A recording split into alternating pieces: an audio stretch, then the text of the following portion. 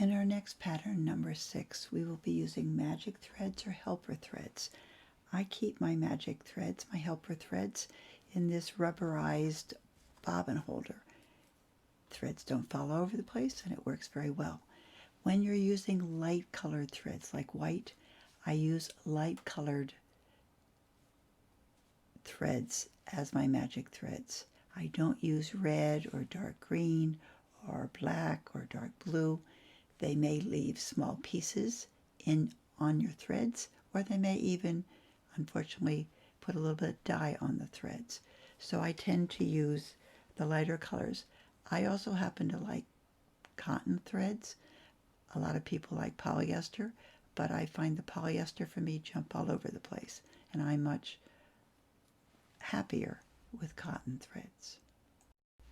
So for this pattern, you will need 4 passives, 1 worker, and then we're going to add 2 more.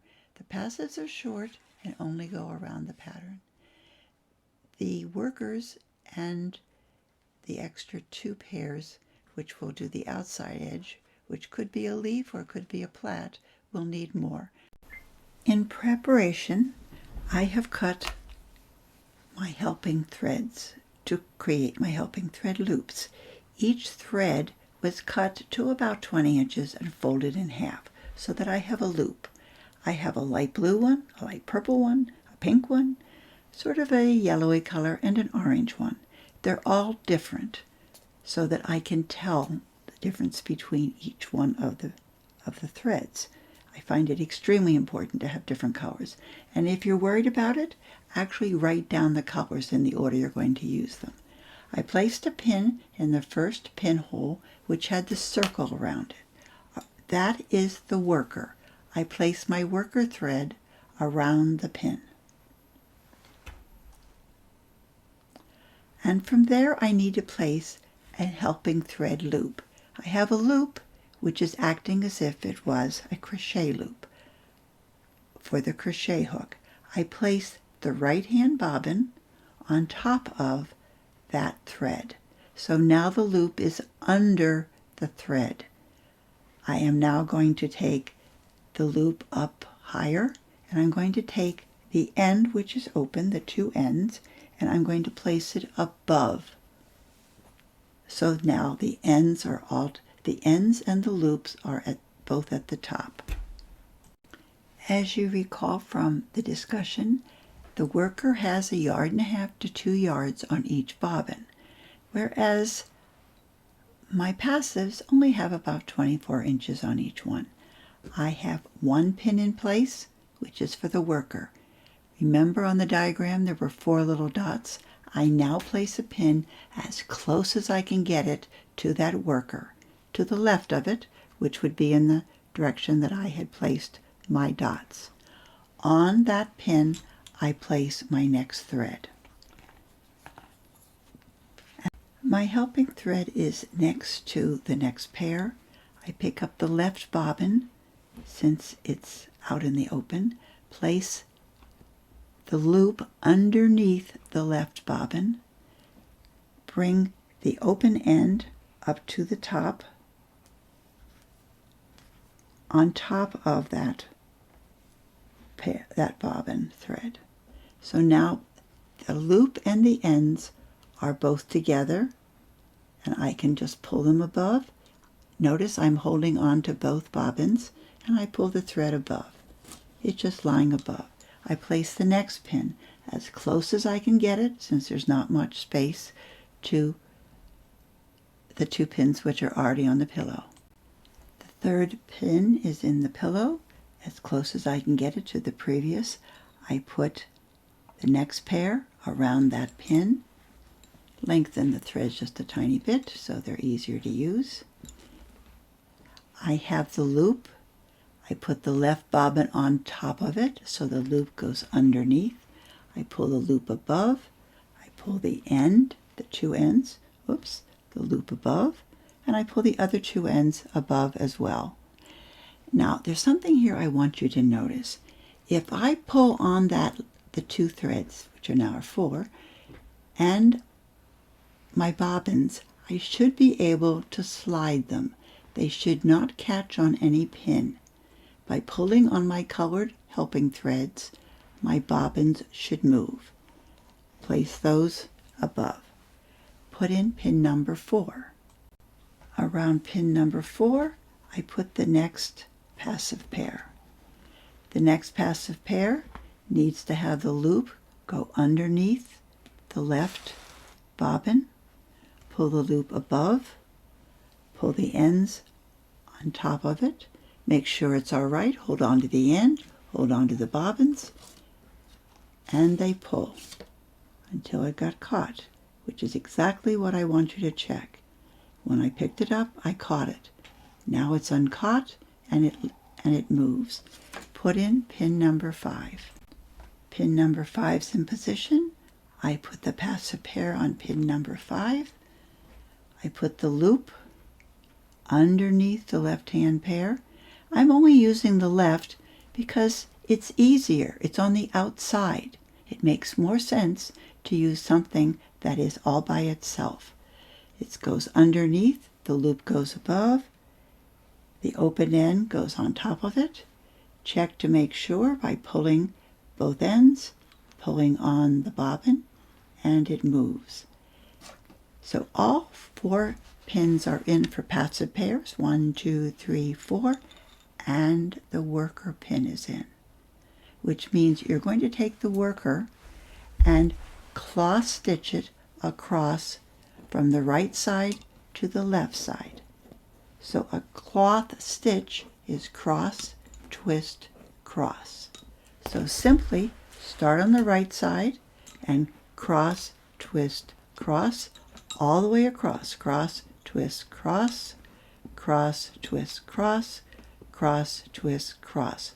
When I'm on the other side, I'm going to be doing a winky pin. I need 2 twists on the worker pair, and I need to insert a pin, and the pin goes right at the end of that line.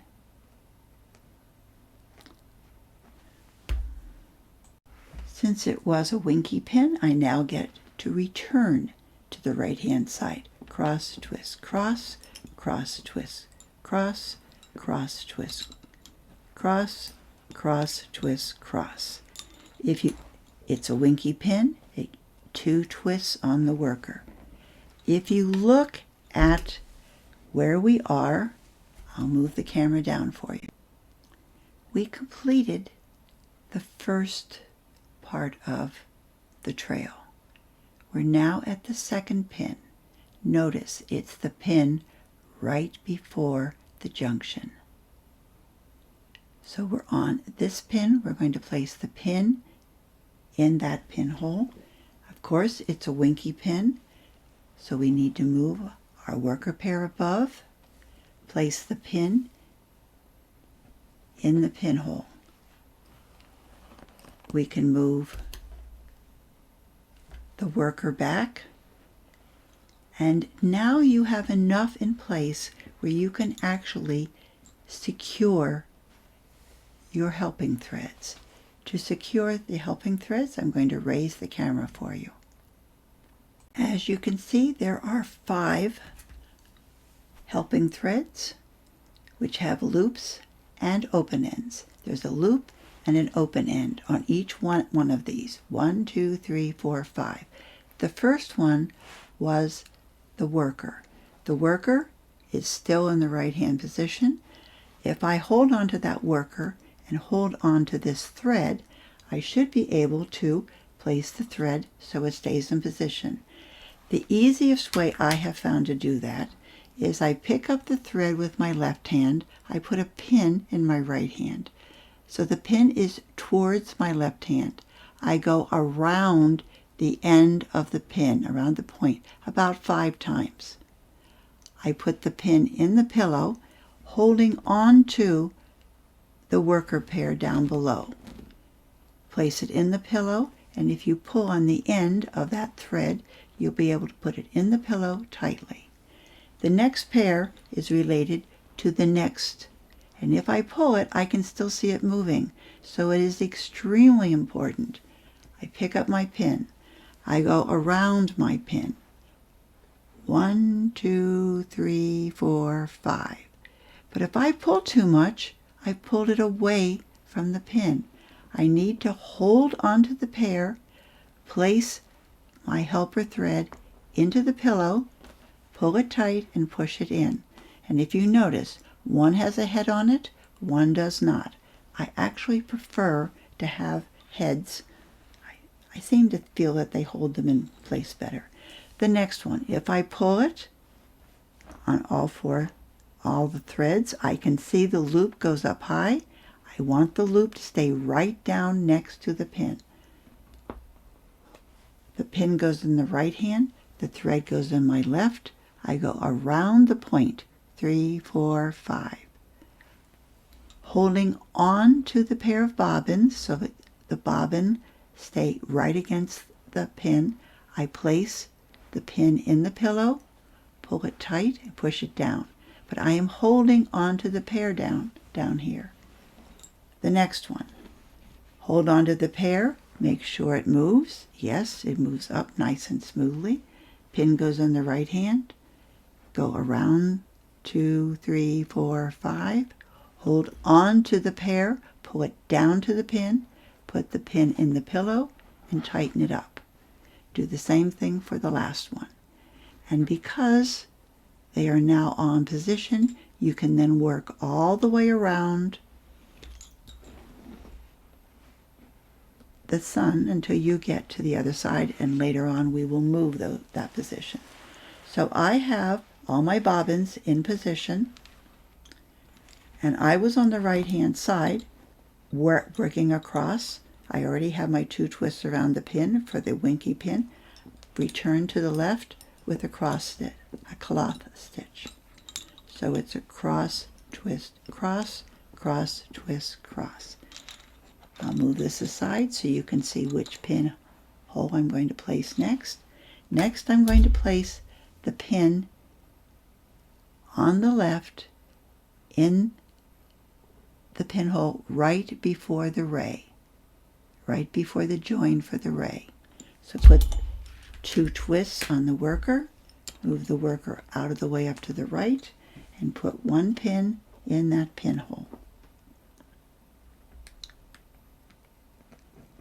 Work back to the point for the ray. I'm now back at the right hand side, ready to put the pin in for the ray. But instead of 2 twists to go around the pin, I put in 1 twist, and I put the pin in the junction right where the ray comes together. And you're all done with this video. There's only 1 twist on this pear, and the pin is in place. So the pear is above the pin.